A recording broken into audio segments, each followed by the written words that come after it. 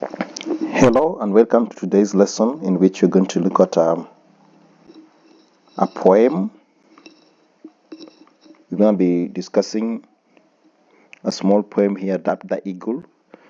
In this particular lesson, you're going to learn how to answer particular types of questions when you are given a poem. So, very quickly, let's go to the poem, The Eagle, that one. Now, when you're given a poem, you firstly have to read it for enjoyment. In other words, you must have a positive attitude towards poetry. Read the poem not only for the purposes of answering the questions, but also for enjoyment. Now, let's try to read this one together, beginning with line 1. He clasps the crag with crooked hands, close to the sun in lonely hands. Wrung with the azure world he stands.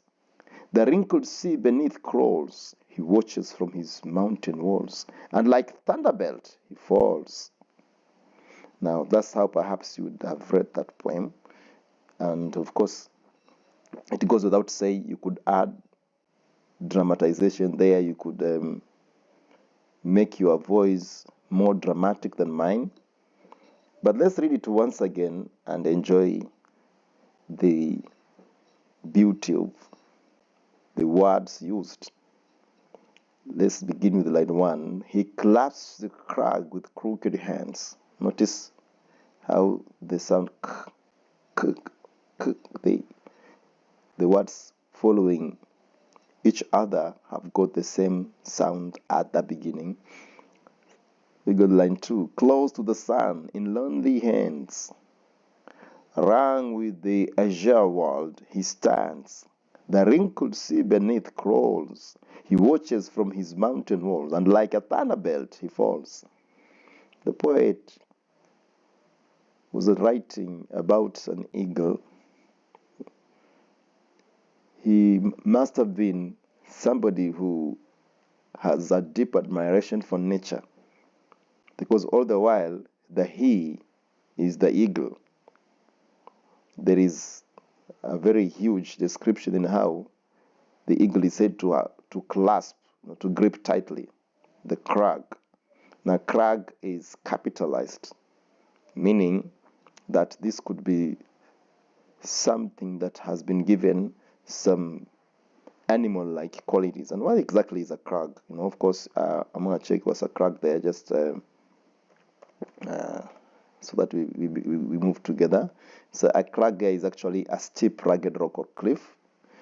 And therefore, if you see it's a cliff and it's put in capital letters, it means the eagle views that part of the rock like its own friend. So in other words, this is more or less personification with crooked hands, close to the sun in lonely hands, wrung with the azure world.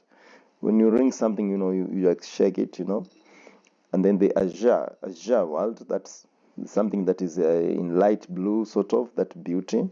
He stands. The wrinkled sea beneath crawls. The sea is seen to be crawling. He watches from his mountain walls, and like a thunderbolt he falls. So probably the eagle is clasping at the cliff, and then it takes time to get intoxicated, if I can use that word, with the beauty, the blue that is described, and then all of a sudden it falls. So let's look at the questions. Question 1, you're asked, identify two sound patterns employed in the poem. Now, when we talk about sound patterns, we're talking about things like rhyme, search for things like rhyme, alliteration, assonance. These are the main, and even onomatopoeia. These are things which are to do with sound patterns. So let's see in this poem, do we have any of those? Line 1, we can see the sounds k, k, k, okay, following in those words successfully. So basically that is alliteration. That's alliteration. Okay, you don't know, I'll write it here. It's alliteration. Okay, so we have alliteration there. Then there is hence and stands. So these words are rhyming. There is at the end stands, hence. Okay, those are rhyming words, so we have rhyme. Okay, and then the wrinkled sea beneath crawls.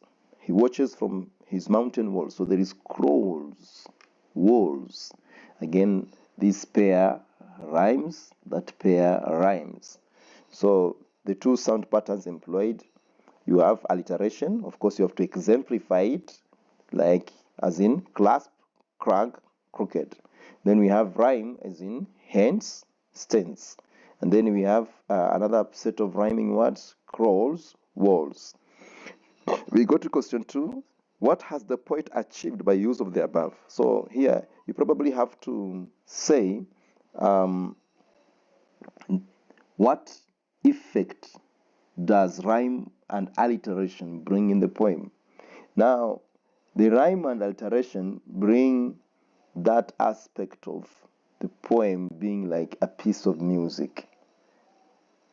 The rhyme and the alliteration make you enjoy the poem. So they have that impact of making the poem musical and therefore enjoyable. So they make the poem musical and enjoyable. So then we look at the third question here. Which word would you stress in the last line and why? The last line is, and like a thunderbolt, he falls. There is the use of that simile there. The eagle falls like a thunderbolt into the blue waters, the ocean, so to say.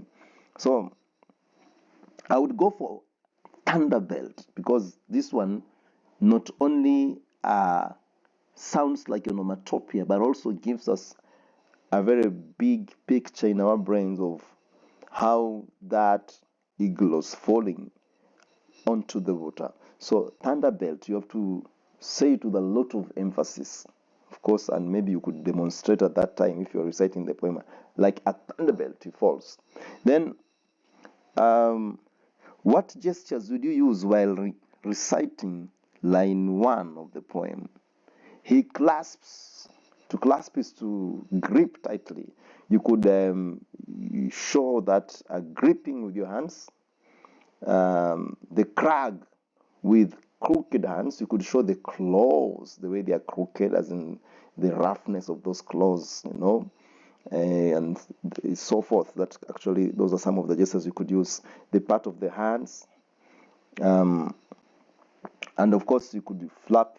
You could show your hands as if they are wings being flapped. So that's all for now.